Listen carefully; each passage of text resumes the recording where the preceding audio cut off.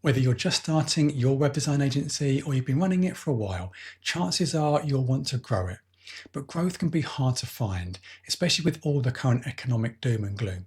But even in tough times, there are always things that you can do to increase your chances of success. In this video, I'm going to share 5 quick tips to help you grow your agency. Not only are these things that you can start doing today, but they're also fundamental to building a long-term, thriving business. Hi, thanks for joining. If you're new to this channel, I'm Rich Dean, a web designer and developer, former web agency owner, and author of the book series Start, Grow and Sell Your Web Design Agency.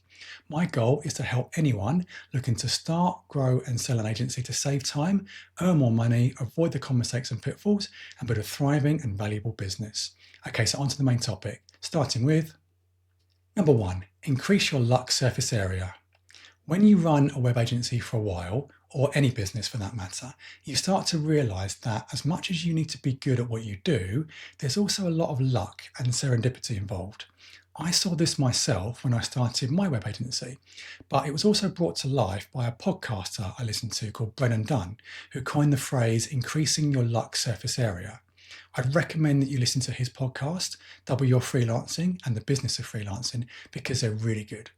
Brennan's story was similar to mine though. He was a Ruby on Rails developer and he grew a successful agency. He said that a lot of his success was just down to being in the right place at the right time. And I saw this too. There were so many projects where if I hadn't met a certain person or hadn't been at a certain event, we wouldn't have got them.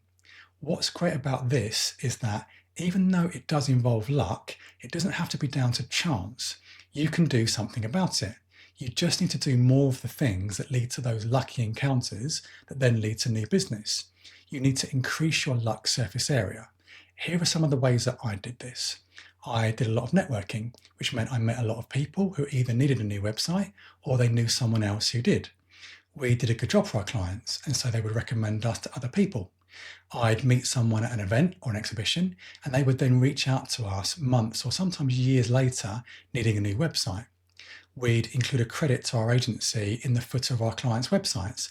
And so other businesses would see this and then contact us asking us to do their website.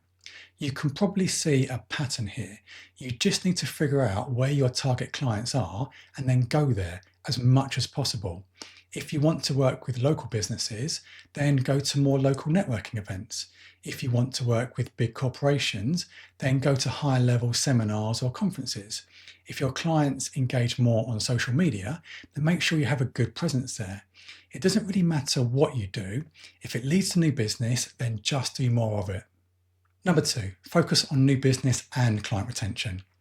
Okay, so this one might sound obvious, but you'd be amazed how many other businesses I've seen who just don't get this right. It's true that new business is the lifeblood of any business, and as a web agency, you'll need to constantly find new website projects.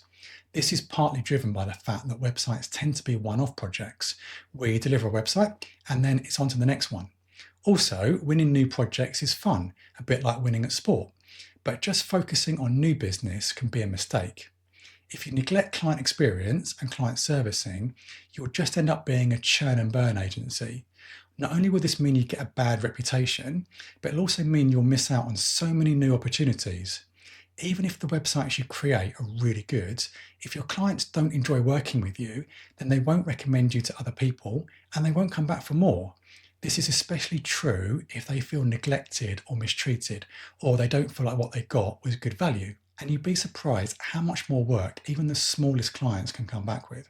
When I ran my agency, I think something like around a third of our revenue was repeat business from existing clients. And we didn't really offer ongoing services like marketing either. That was just more website work, either new website projects or updates and improvements. And as everyone knows, it's also way easier and cheaper to win new work from existing clients than it is to find new clients.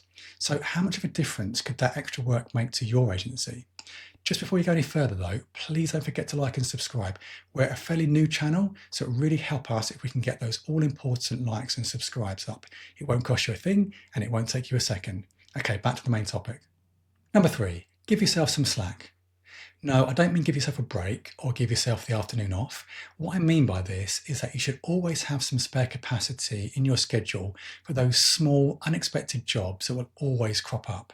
A lot of agency owners struggle with this though, and I can understand why. It can be very tempting to want to book yourself solid and to try and use up 100% of your capacity every week. That's especially true if you employ people. If you have to pay their wages, you'll probably want to be earning as much as possible to make sure you can cover that. So, booking your team to full capacity can feel like the right thing to do. Having gaps in your schedule can feel counter to that, like you're risking not earning enough money. But that can be a huge mistake. There will always be situations where either new or existing clients reach out with urgent, quick turnaround jobs. If you don't have the capacity and you have to ask the client to wait even a few weeks, then you risk either frustrating them or them taking those small jobs somewhere else. But maybe you only want to focus on bigger projects, so those small jobs don't matter to you. Well, that's also a big mistake. It's those small jobs that can often lead to longer term, bigger relationships and projects. If you're going for growth, then the last thing you can afford to do is for clients to be taking their business elsewhere and other agencies growing those small jobs into bigger projects and accounts just because you weren't available.